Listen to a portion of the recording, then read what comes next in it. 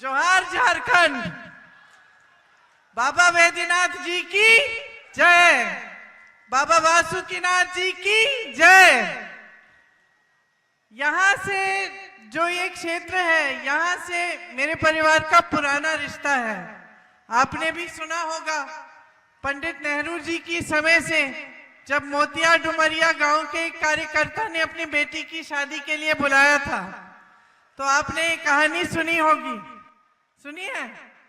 क्या सुना है? कि पंडित जी को बुलाया था अपनी बेटी की शादी में। उस समय बहुत दिन लगते थे पत्र को पहुंचने में, तो पता नहीं वो पत्र पहुंचा था कि नहीं, लेकिन ऊपर से एक हवाई जहाज जा रहा था, तो सबने सोचा शायद पंडित जी आ रहे हैं। उस समय शायद पंडित जी नहीं आए, लेकिन आज मैं आ गई हूं उनकी जगह में, बहुत सालों बाद। इंदिरा जी के दिल में बाबा वैद्यनाथ जी के लिए बहुत श्रद्धा थी और आपके पूरे समुदाय के लिए बहुत श्रद्धा थी। मुझे याद है जब मैं छोटी थी तो एक बार मेरे माता पिता 10-15 दिन के लिए बाहर चले गए थे कहीं घूमने, तो मैं अपनी दादी जी के कमरे में सोती थी और रोज रात को वो मुझे सुलाने से पहले कहानी सुनाती थी। और उनकी एक सबसे उनको जो पसंद थी वो किताब थी, एक आदिवासी मछुआरे की कहानी थी। और हमको हर रोज रात को मुझे वो कहानी सुनाती थी।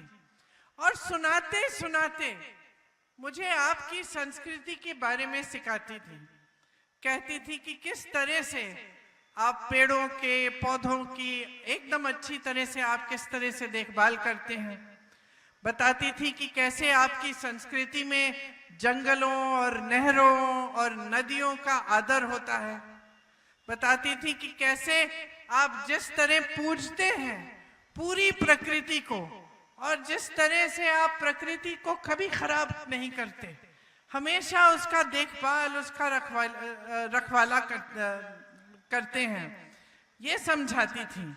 और मुझे लगता था उस समय जब मैं छोटी थी कि उनके दिल में आपके प्रति बहुत ही श्रद्धा थी। बड़ी हुई तो समझ में आई और भी बातें, और देखा कि दादी जी जो भी जब आदिवासी क्षेत्रों में जाती थी, जो भी आप लोग देते थे उन्हें, कोई एक टोकरा देता था, कोई कुछ हाथों से बना के आपकी हस्तकला से कुछ सुंदर सा बना के देता था, सारी चीजें वो अच्छी तरह से सजा के अपने घर में रखती थी। आज भी उनका घर एक म्यूजियम बना है। आज भी अगर उस घर में जाएं तो आपको उनके कमरे में बहुत सारी ऐसी चीजें आपको दिखेंगी जिससे आपको पता चलेगा कि कितनी श्रद्धा थी उनके दिल में आपके लिए।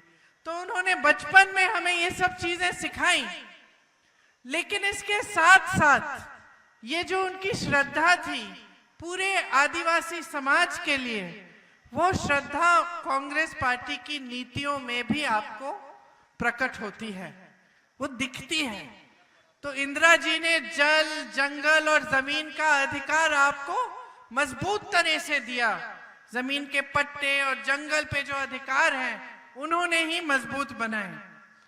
आपका तो वैसे भी जो इतिहास है उस पर आपको बहुत गर्व होना चाहिए, पूरा देश का गौरव है। सिद्धो कान्हो, चांद बैरो जी और तिलका मांझी जैसे महान नेता यहीं से उभरे हैं। मैं उन सभी आदिवासी नायकों को प्रणाम करती हूं और आपका इतिहास जो है उससे प्रेरणा लेती हूं। हमारी जो नीतियां हैं कांग्रेस पार्टी की, वो हमेशा आपको मजबूत बनाने वाली नीतियां रही हैं। लेकिन आज जो देश में सरकार है भाजपा की, वो ठीक तरह से ना आपको पहचानती है और ना आपके लिए ठीक नीतियां बनाती है। आपने देखा होगा कि आज क्या हो रहा है देश में। आपके मुख्यमंत्री जी चुनाव से पहले ही जेल में डाल दिए जाते हैं। क्यों? फर्जी बयानों पे, फर्जी मुकदमों पे। उन पे ऐसा केस डाला है जो सच हो ही नहीं सकता। फिर भी भाजपा की सरकार ने उनको जेल में डाल दिया और पूरा चुनाव आपको उनके बिना लड़ना पड़ रहा है। लेकिन एक बात है, वो शायद ठीक से आपके समाज को समझ नहीं पाए। मोदी जी ने सोचा होगा कि हेमंत सोरेन जी को जेल में डाल देंगे तो यहां चुनाव आसानी से जीत जाएंगे, यही सोचा होगा। लेकिन आपका समाज, आदिवासी शक्ति इतनी मजबूत है, आप में इतना गर्व है, आप में इतनी शक्ति है कि आज देखिए कल्पना जी हेमंत जी की लड़ाई लड़ रही हैं, शेरनी की तरह अभी आने वाली हैं। शेरनी की तरह सब मुसीबतों का सामना करते हुए वो उभर गई हैं और आगे आई हैं।